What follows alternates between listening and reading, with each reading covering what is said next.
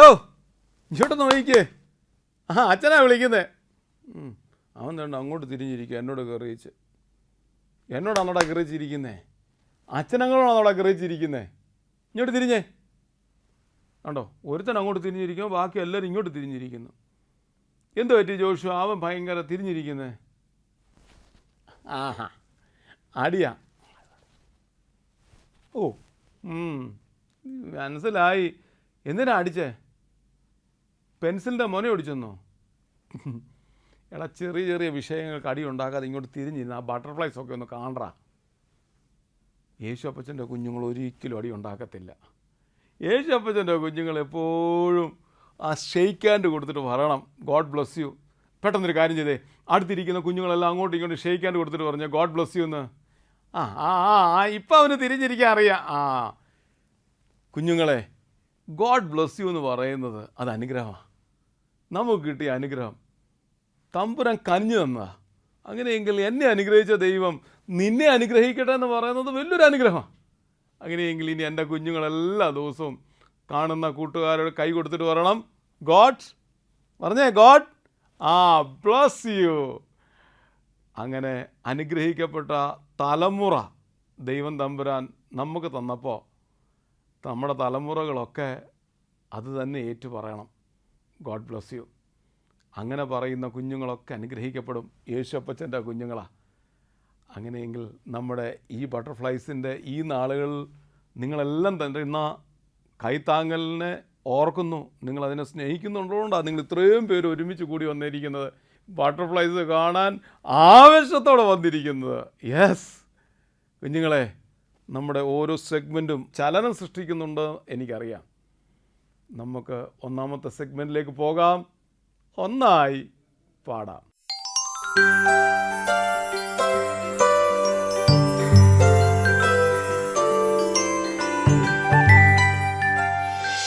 Hi കൂട്ടുകാരെ, എല്ലാവരും ഓടി ഓടി വന്നേ. നമുക്കൊരു കൊച്ചു പാട്ട് പെട്ടെന്ന് പഠിക്കാം. ഇന്ന് നമുക്കൊരു ഹിന്ദി രാജ്യത്തിലേക്കൊന്ന് പോയാലോ? ഒരു ഹിന്ദി പാട്ട് പഠിച്ചാലോ? R you ready? ഞാനൊരു കുട്ടി ഹിന്ദി പാട്ട് പഠിപ്പിക്കാനായിട്ട് പോവുകയാണ്. ഇതിനകത്ത് പറയുന്നത്, നമ്മളുടെ ജീവിതത്തിൽ നമ്മൾക്ക് ഹീറോ ആകാനാണോ ഇഷ്ടം, സീറോ ആവാനാണോ ഇഷ്ടം? കൂട്ടുകാർ പറയും, പിന്നെ ഞാനൊക്കെ ഞങ്ങളുടെ സ്കൂളിലെ ഹീറോയാ അല്ലേ. ഹീറോ ആകാൻ എല്ലാവർക്കും ഇഷ്ടം, സീറോ ആകാൻ ആർക്കും ഇഷ്ടമല്ല. പക്ഷെ നമ്മളൊക്കെ സീറോ ആയി പോകാറുണ്ട്. നിങ്ങൾ ഗുഡിനെ സ്പെല്ല് ചെയ്യുന്നത് എങ്ങനെയാണ്?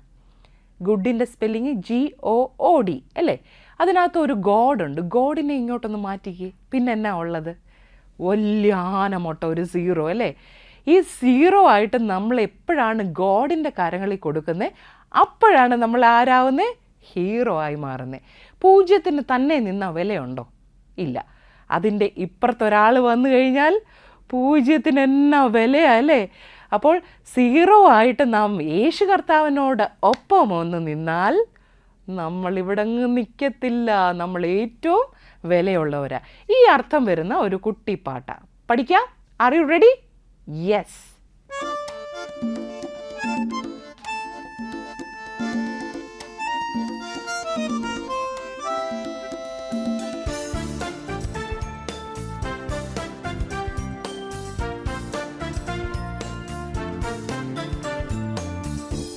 ईशु मेरा दोस्त, ईशु मेरा मास्टर, ईशु मेरा राजा, ईशु मेरा सर्वस्व, ईशु मेरा दोस्त, ईशु मेरा मास्टर, ईशु मेरा राजा, ईशु मेरा सर्वस्व. 0 0 0 में तुम hero, hero hero hero, Ishu मेरा हीरो. 0 0 0 में तुम hero, hero hero hero, Ishu मेरा हीरो.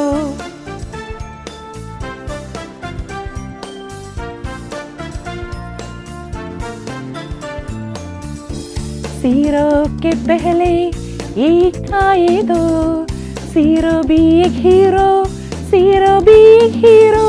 0 0 0 में तुम zero, hero hero hero, Ishu मेरा हीरो. 0 0 0 में तुम zero, hero hero hero, Ishu मेरा हीरो. എല്ലാ കൂട്ടുകാരും പാട്ട് പഠിച്ചോ? സിമ്പിൾ പാട്ടാ, പെട്ടെന്ന് പഠിക്കുക അല്ലേ? ഞാൻ ഓരോ വരി പാടിത്തരുമ്പോൾ ഏറ്റു പാടണേ. ईशु मेरा दोस्त, ईशु मेरा मास्टर, ईशु मेरा राजा, ईशु मेरा सर्वस्वം. ചേർന്നൊന്ന് പാടാമോ? ईशु मेरा दोस्त, ईशु मेरा मास्टर, ईशु मेरा राजा, ईशु मेरा सर्वस्वം. ഇനി എങ്ങനെ പാടുന്നേ? 0 0 0 मैं तुम 0 ഹീറോ ഹീറോ ഹീറോ ईशु मेरा हीरो. പെട്ടെന്ന് പഠിച്ചല്ലോ. അങ്ങനെയെങ്കിൽ അടുത്ത എങ്ങനെ പാടുന്നേ? 0 के पहले 1 आए तो 0 भी एक हीरो, 0 भी एक हीरो, 0 0 0 मैं तुम 0 ഹീറോ ഹീറോ ഹീറോ ഈശു മേരാ ഹീറോ. എന്ത് നന്നായിട്ട് പെട്ടെന്ന് പഠിച്ചു. അപ്പം ഹിന്ദി എല്ലാവർക്കും അറിയാം അല്ലേ? അപ്പം നമുക്ക് ചേർന്ന് ഒന്നും കൂടെ പാടാം. ഓൾ സ്റ്റാൻഡപ്പ്, ഒരുമിച്ച് ചേർന്ന് നമുക്ക് പാടാം.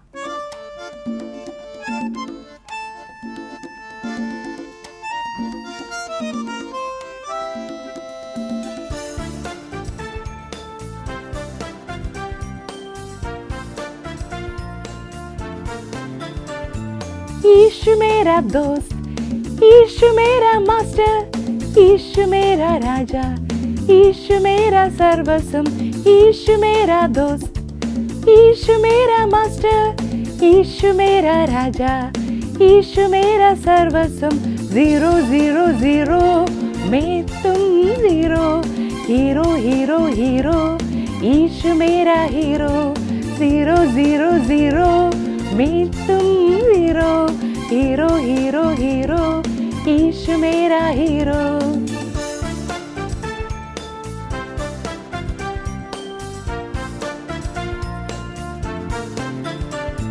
जीरो के पहले 1 आए तो 0 भी एक हीरो, 0 भी एक हीरो, 0 0 0 मैं तुम 0 ഹീറോ ഹീറോ ഹീറോ ईशु मेरा हीरो. 0 0 0 मैं तुम 0 ഹീറോ ഹീറോ ഹീറോ ഈശു മേരാ ഹീറോ. എല്ലാ കൂട്ടുകാരും പെട്ടെന്ന് പഠിച്ചല്ലേ? അപ്പോൾ ഞാനും നീയും എല്ലാവരും 0 ആണെന്നാണ് പാടിയത് നമ്മളല്ലേ? പക്ഷെ ആര് മുന്നിൽ വരുമ്പോഴാണ് നമ്മൾ ഹീറോ ആവുന്നേ? യേശുപ്പച്ചൻ മുന്നിൽ വരുമ്പോൾ നാം ഹീറോ ആവും. അങ്ങനെയുള്ള ഹീറോകളാകുവാൻ യേശുപ്പച്ചൻ എല്ലാ കൊച്ചു കൂട്ടുകാരെയും ഇടയാക്കട്ടെ എന്ന് പ്രാർത്ഥിക്കുന്നു. Bye.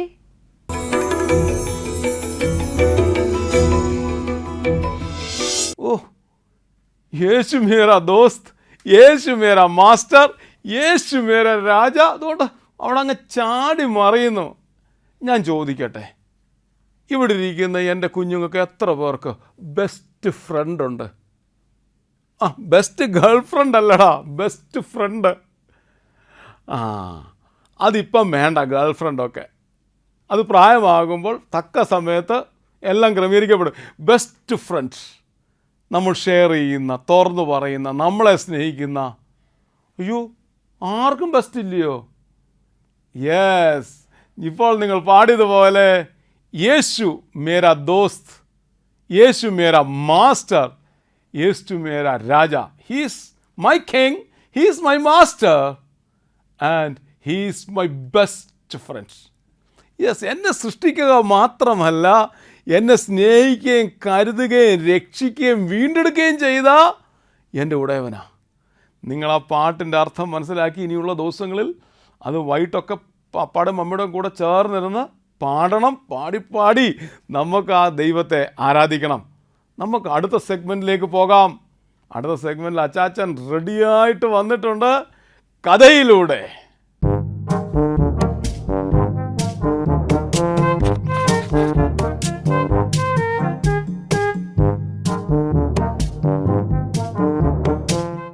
ഹായ് കൂട്ടുകാരെ, നിങ്ങൾ മീനുകളെ കണ്ടിട്ടുണ്ടോ?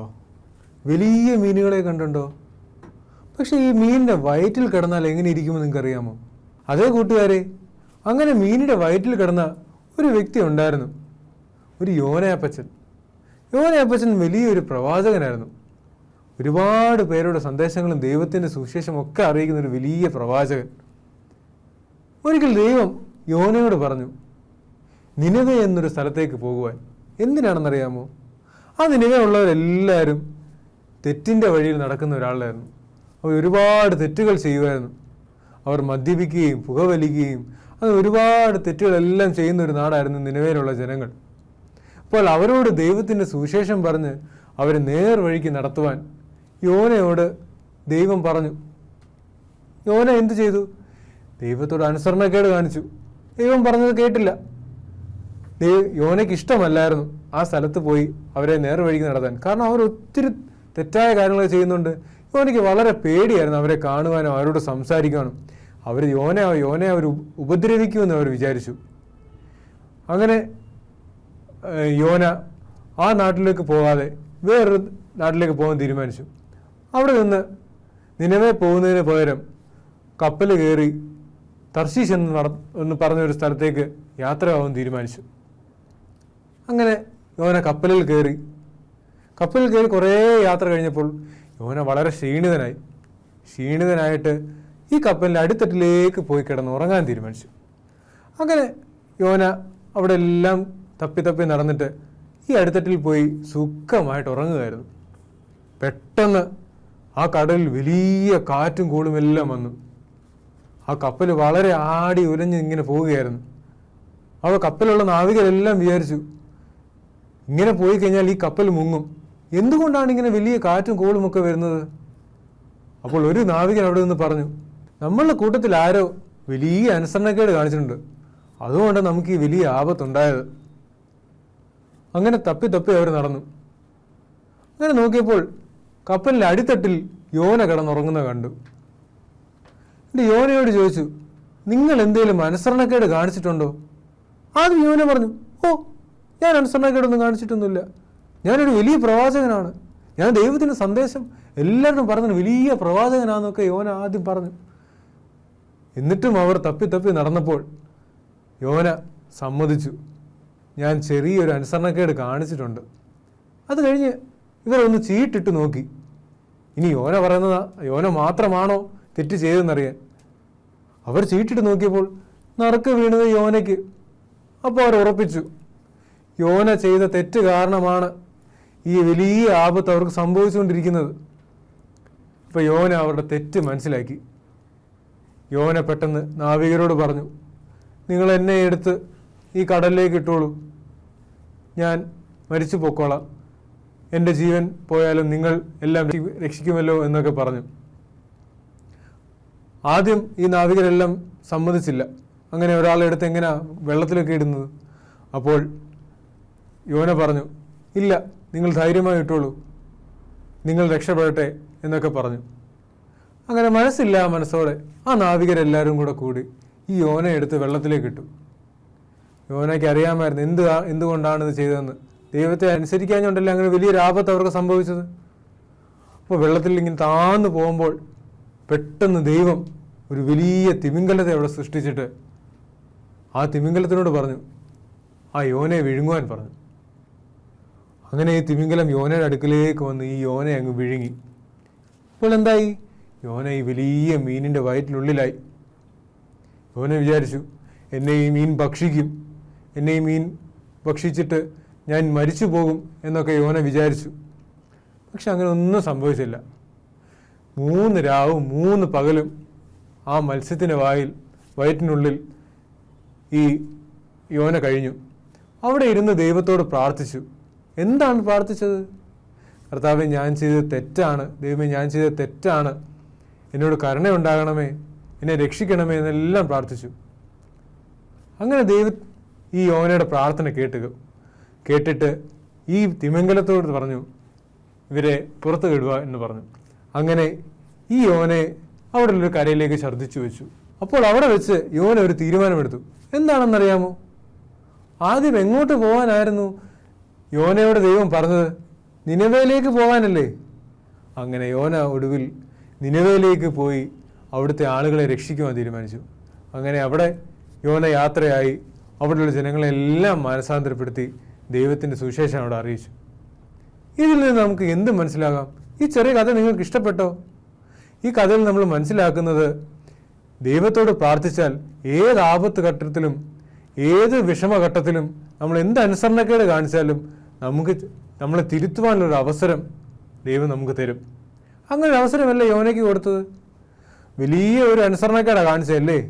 ഒരു സ്ഥലത്തേക്ക് പോയി അവിടെ സന്ദേശം അറിയിക്കുവാൻ പറഞ്ഞപ്പോൾ അത് ചെയ്തില്ല. അതിന് പകരം വേറൊരു സ്ഥലത്തേക്ക് യാത്രയാവാൻ തീരുമാനിച്ചു. അപ്പോൾ നമ്മൾ എന്ത് അനുസരണക്കേട് കാണിച്ചാലും അത് തിരുത്തുവാനുള്ളൊരു അവസരം ദൈവം നമുക്ക് എപ്പോഴും തരും.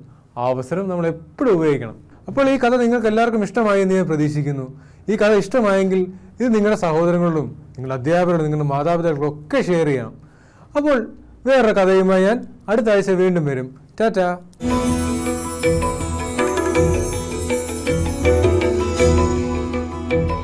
ഇവിടെ ഇരിക്കുന്ന എത്ര പേര് 2 വീലറെ യാത്ര ചെയ്തിട്ടുണ്ട്? എത്ര പേര് 4 വീലറെ യാത്ര ചെയ്തിട്ടുണ്ട്? എല്ലാവരും ഉണ്ട്. ബസ്സിൽ, ട്രെയിനേൽ, പ്ലെയിനേൽ, ഷിപ്പേൽ. ഇനി ഞാൻ ചോദിക്കട്ടെ, എത്ര പേര് മത്സ്യത്തിൻ്റെ വയറ്റിൽ യാത്ര ചെയ്തിട്ടുണ്ട്? ഈ ലോക ചരിത്രത്തിൽ മത്സ്യത്തിൻ്റെ വയറ്റിൽ ടിക്കറ്റ് എടുത്ത് യാത്ര ചെയ്ത ഒരാൾ മാത്രമേ ഉള്ളൂ, യോന. ഓർമ്മയുണ്ടോ? കപ്പലിൽ യാത്ര ചെയ്തു, കപ്പലിൽ നിന്ന് എടുത്ത് വെള്ളത്തിലിട്ടു, യോനയുടെ വയറ്റിൽ. ബൈബിൾ പറയുന്നത്, ഞാൻ മത്സ്യത്തിൻ്റെ വയറ്റിൽ കിടന്ന് അയ്യം വിളിച്ചു, യഹോവ എൻ്റെ പ്രാർത്ഥന കേട്ടു. യോന തെറ്റ് ചെയ്തപ്പോൾ മത്സ്യത്തിൻ്റെ വയറ്റിൽ എത്തിച്ചേർന്നു, അയ്യം വിളിച്ച് പ്രാർത്ഥിച്ചു 3 ദിവസം. 3-ാം ദിവസം അവനെ കരയ്ക്ക് കൊണ്ട് ഛർദ്ദിച്ചു വെച്ചു. ഞാനും നിങ്ങളും ദൈവസന്നിധി അയ്യം വിളിക്കുമ്പോൾ എന്നെയും നിങ്ങളെയും ഉദ്ദേശശുദ്ധിയോടുകൂടെ ശുശ്രൂഷയ്ക്ക് വേണ്ടി ഒരുക്കുന്ന ഒരു ദൈവമാണ്. കേട്ടായിരുന്നല്ലോ?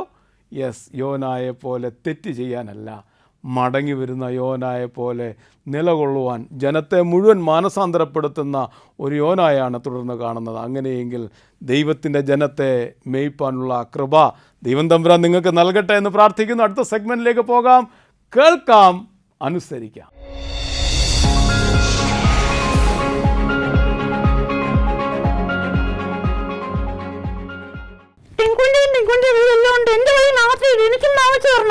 ഓ, നിനക്ക് വാങ്ങിച്ചറിയ എന്തുവാ കാര്യമെന്ന് പറ. നീ ഇത്ര കിടന്ന് ദേഷ്യപ്പെടാതെ. അതെ, അവരുടെ എല്ലാം കയ്യിൽ അവർക്ക് പേഴ്സണൽ ഫോൺ ഉണ്ട്, എനിക്ക് മാത്രമേ ഇല്ല. ഓ, ഇവന് മാത്രം ഇല്ല. എന്തോന്നില്ല? ഫോണാ നിനക്കാ? കൊച്ചു കുട്ടികൾ ഫോൺ ഉപയോഗിക്കാൻ പാടില്ല. അതെ, വലിയ ആൾക്കാരും ഫോൺ ഉപയോഗിക്കാൻ പാടില്ല. വലിയ ആൾക്കാർ ഫോൺ ഉപയോഗിക്കുന്ന അവർ അത്യാവശ്യ കോളുകളൊക്കെ എടുക്കുന്നതിന് വേണ്ടി വീട്ടിൽ വിളിച്ചാൽ നീ സ്കൂൾ ബസ്സിൽ കയറി നേരെ പോകുന്നു, തിരിച്ചു വരുന്നു, അത്രയല്ല ഉള്ളോ? അതെ, ഞങ്ങൾക്കൊരു ഫോൺ വേണം, പേഴ്സണൽ. ഓ, പേഴ്സണൽ ഫോൺ വേണമെന്ന്. കൂട്ടുകാരെ, പേഴ്സണൽ ഫോണിന് വേണ്ടി വീട്ടിൽ വഴക്കിടുന്നത് ശരിയാണോ? കൊച്ചു പ്രായത്തിൽ നിനക്കിപ്പോൾ 12 വയസ്സല്ല ആയുള്ളൂ. ഇച്ചിരൂടെ കഴിയുമ്പോൾ നിനക്ക് തീർച്ചയായിട്ടും വലുതാകുമ്പോൾ നീ സമ്പാദിച്ച് പൈസയൊക്കെ ഉണ്ടാക്കി അങ്കിളിനും കൂടെ ഒരു ഫോൺ വാങ്ങിച്ചു തരണം, നല്ല ഫോൺ. ഓക്കെ, ഞാൻ നോക്കട്ടെ. ഓക്കെ, നോക്കട്ടെ എന്ന് പറയുന്നു. ഫ്രണ്ട്സ്, കൊച്ചു പ്രായത്തിൽ തന്നെ ഫോൺ ഉപയോഗിക്കുമ്പോൾ, അല്ലെങ്കിൽ കൊച്ചു കുട്ടികൾ ഫോൺ ഉപയോഗിക്കുമ്പോൾ ശ്രദ്ധിക്കേണ്ട കുറേ കാര്യങ്ങളുണ്ട്. Age of 0 to 5 no phone എന്നാണ് പറയുന്നത്. അവർക്ക് ഫോൺ കൊടുക്കാനേ പാടില്ല. അതെ, പിന്നെ അവർ റീൽസ് ഒക്കെ എങ്ങനെ കാണും? ഓ, റീൽസ് ഒക്കെ കാണുന്നത് മുതിർന്ന ആൾക്കാർ കണ്ടോളും. മുതിർന്ന ആൾക്കാർക്ക് വേണ്ടിയുള്ളതല്ലേ റീൽസ്? ഓക്കെ, മുതിർന്ന ആൾക്കാർക്ക് വേണ്ടിയുള്ളതല്ല എന്നാണ് ഇവൻ പറയുന്നത്. കൂട്ടുകാരെ, 0 to 5 ഉപയോഗിക്കാൻ പാടില്ല. എന്നാൽ 5 വയസ്സിന് മുതൽ 12 വയസ്സ് വരെയുള്ള കുട്ടികൾക്ക് മാക്സിമം 40 മിനിറ്റ്സ്. എത്ര? മാക്സിമം 40 മിനിറ്റ്സോ? അതെ, മാക്സിമം 40 മിനിറ്റ്സ് അത്രേ പാടുള്ളൂ. അതിനപ്പുറം ആയാൽ അവർക്ക് മറ്റ് ശാരീരിക പ്രശ്നങ്ങളൊക്കെ ഉണ്ടാകാം. ഫ്രണ്ട്സ്, ഫോൺ അല്ലെങ്കിൽ മീഡിയ അഡിക്ഷൻസ് ഇന്ന് ധാരാളമായി കുഞ്ഞുങ്ങളുടെ കൂടി വരുന്നു. രാത്രിയിൽ മണിക്കൂറുകളോളം 8 മണിക്കൂർ ഉറങ്ങണമെന്നാണ് പറയുന്നത്. പക്ഷേ ചില കൂട്ടുകാർ ഉറങ്ങുന്നത് 2 മണിക്കൂർ 3 മണിക്കൂർ. കാരണം കണ്ട് ഇരിക്കുന്നത് അറിയില്ല, സമയം പോകുന്നത് അറിയില്ല. അത് നല്ലതല്ലേ? നല്ലതല്ല. അത്രയും സമയം 8 മണിക്കൂർ പ്രോപ്പർ സ്ലീപ്പ് ഒരാൾക്ക് ആവശ്യമാണെന്നാണ് പറയുന്നത്. അങ്ങനെയെങ്കിൽ ഈ തരത്തിലുള്ള മീഡിയ അഡിക്ഷൻ ഉള്ള കൂട്ടുകാർക്ക്, അല്ലെങ്കിൽ ആസക്തികൾ ഒരുപാടുള്ള കൂട്ടുകാർ എങ്ങനെ ഒഴിവാക്കാം? ചില ടെക്നിക്സ് മാത്രമാണ്. എന്തോ ടെക്നിക്സാ? എന്തോ ടെക്നിക്സ് ആണെന്ന് ഞാൻ പറയാം. ഒന്ന്, റിയൽ ത്രെട്ടനിങ് ആപ്സ് എന്തൊക്കെയാണെന്നുള്ളത് ഐഡൻറ്റിഫൈ ചെയ്യുക എന്നുള്ളതാണ് ഒന്നാമത്തെ കാര്യം. നമ്മളെ കൂടുതൽ സമയം പിടിച്ചിരുത്തുന്ന മൊബൈൽ ഫോണല്ല പ്രശ്നക്കാരനല്ലുള്ള ചില ആപ്പുകളാണ്. ചിലപ്പം ചില ഗെയിമിങ് ആപ്സ് ആയിരിക്കാം, ചിലപ്പം സോഷ്യൽ മീഡിയ ആപ്പുകളായിരിക്കാം. ഏത് ആപ്പാണ് നിങ്ങളെ ത്രെട്ടനിങ് അല്ലെങ്കിൽ നിങ്ങൾക്ക് ബുദ്ധിമുട്ടുണ്ടാക്കുന്നത് എന്നുള്ളത് മനസ്സിലാക്കി ആ ആപ്പുകളെ ഒന്ന് കൺട്രോൾ ചെയ്ത് കൊണ്ടുവരാമെന്നുള്ളതാണ് ഒന്നാമത്തെ കാര്യം. യഥാർത്ഥത്തിൽ വില്ലൻ ആരാന്ന് കണ്ടുപിടിക്കാം. വില്ലൻ വാട്സപ്പാ. വാട്സപ്പാണ്. ഇവൻ അതിനു വേണ്ടിയാണോ കൂടുതൽ സമയം ഉപയോഗിക്കുന്നത്? നിങ്ങൾ തന്നെ മനസ്സിലാക്കിക്കൊള്ളൂ. അത് മാത്രമല്ല, നിങ്ങളുടെ മറ്റ് ചില ഓൾട്ടർനേറ്റീവ്സിനെ നിങ്ങൾ കണ്ടുപിടിക്കുക എന്നുള്ളതാണ് ഏറ്റവും ടൈം കില്ലിംഗ് ആയിട്ടുള്ള ആപ്പുകളിൽ നിന്ന് മറ്റു ചില ഓൾട്ടർനേറ്റീവ് എന്താണെന്ന് മനസ്സിലാക്കുക. എന്താണ് ഓൾട്ടർനേറ്റീവ് എന്ന് പറഞ്ഞാൽ? കളിക്കാൻ പോവാ, ഫ്രണ്ട്സിനോട് സംസാരിക്കുക. ഫ്രണ്ട്സിനോട് സംസാരിക്കുക, കളിക്കാൻ പോവുക. പണ്ടൊക്കെ കൂട്ടുകാർ കളിക്കാൻ പോകുമായിരുന്നു, സൈക്കിൾ ചവിട്ടാൻ പോകുമായിരുന്നു. പക്ഷേ ഇന്ന് സ്കൂളിൽ നിന്ന് വന്നു കഴിഞ്ഞാൽ ഉടനെ ഫോൺ എടുത്ത് ഉപയോഗിച്ചുകൊണ്ടിരിക്കുന്നു. മക്കളെ, നിങ്ങൾ അങ്ങനെയുള്ളവരാണോ?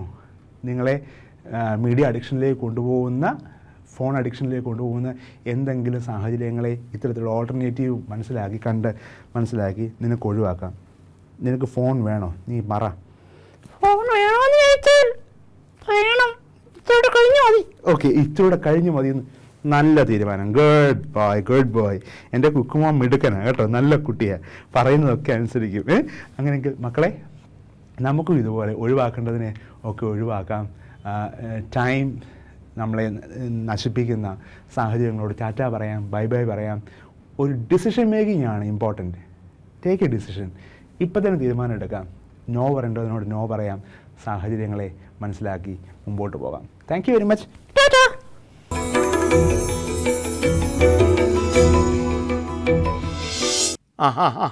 നവീനെ, ജോനു, ക്രിസ്തുവിനെ, ഡെൽവിനെ, എന്തുവാ കയ്യിലിരിക്കുന്നത്? കാണാം, എനിക്ക് കാണാം. ബൈബിളിൻ്റെ കൂടെ വെച്ചേക്കുക മൊബൈൽ ഫോൺ. എല്ലാം വില കൂടിയതാ. ഇന്ന് ഈ മൊബൈലിലല്ലേ ഏറ്റവും കൂടുതൽ സമയം ചെലവിടുന്നത്. പള്ളി വന്നാലും മൊബൈൽ, പ്രസംഗം കേൾക്കുമ്പോൾ മൊബൈൽ. ഇങ്ങനെ ശരിയാണോ? എനിക്കറിയാം മോനെ. ഇന്ന് ഈ മൊബൈലെല്ലാം നമ്മളെ അന്ധകാരത്തിലോട്ടാണ് കൊണ്ടുപോകുന്നത്. ഇന്നിപ്പോൾ നമുക്കെല്ലാം ഈ മൊബൈലും കൊണ്ടുണ്ടാക്കുന്ന വെർച്വൽ ഓട്ടിസം പിടിച്ച ഒരു സമൂഹമാണ്. പഠനം തെളിയിച്ചിരിക്കുന്നത് മൊബൈലിൻ്റെ ഉപയോഗം മൂലം കുഞ്ഞുങ്ങൾക്ക് വെർച്വൽ ഓട്ടിസം കൂടിയിരിക്കുന്നെന്നാണ്. അതിൻ്റെ ദോഷവശങ്ങളൊക്കെ നിങ്ങൾ അച്ചാച്ചി നിന്ന് കേട്ടല്ലോ. നമുക്കിനി മൊബൈലിൽ നിന്ന് പെതുക്കെ മാറ്റിവെച്ച് ദൈവവചനത്തോട് എടുക്കാം. അതിന് ദൈവം ഇടയാക്കട്ടെ. അടുത്ത സെഗ്മെൻറ്റിലേക്ക് പോകാം. പാടാം, നേടാം. നിങ്ങൾക്കും ആഗ്രഹമില്ലയോ നിങ്ങളുടെ പാട്ടും ഇവിടെ ഇങ്ങനെ പ്ലേ ചെയ്യണമെന്ന്? അങ്ങനെ പ്ലേ ചെയ്യണമെന്ന് ആഗ്രഹമുള്ള കുഞ്ഞുങ്ങൾ 2 മിനിറ്റിൽ കുറയാത്ത ഒരു പാട്ട് നന്നായി കാണാപ്പാഠം പഠിച്ച് മൊബൈൽ ഫോൺ ഈ വിധത്തിൽ പിടിച്ച് റെക്കോർഡ് ചെയ്ത് എത്രയും പെട്ടെന്ന് താഴെ കാണുന്ന നമ്പറിൽ ഞങ്ങൾക്ക് അയച്ചു തന്നാൽ അടുത്ത ആഴ്ച നിങ്ങളുടെ പാട്ടായിരിക്കാം പാടാം നേടാം എന്ന പ്രോഗ്രാമിൽ കാണാൻ സാധിക്കുന്നത്. Till then, Tata.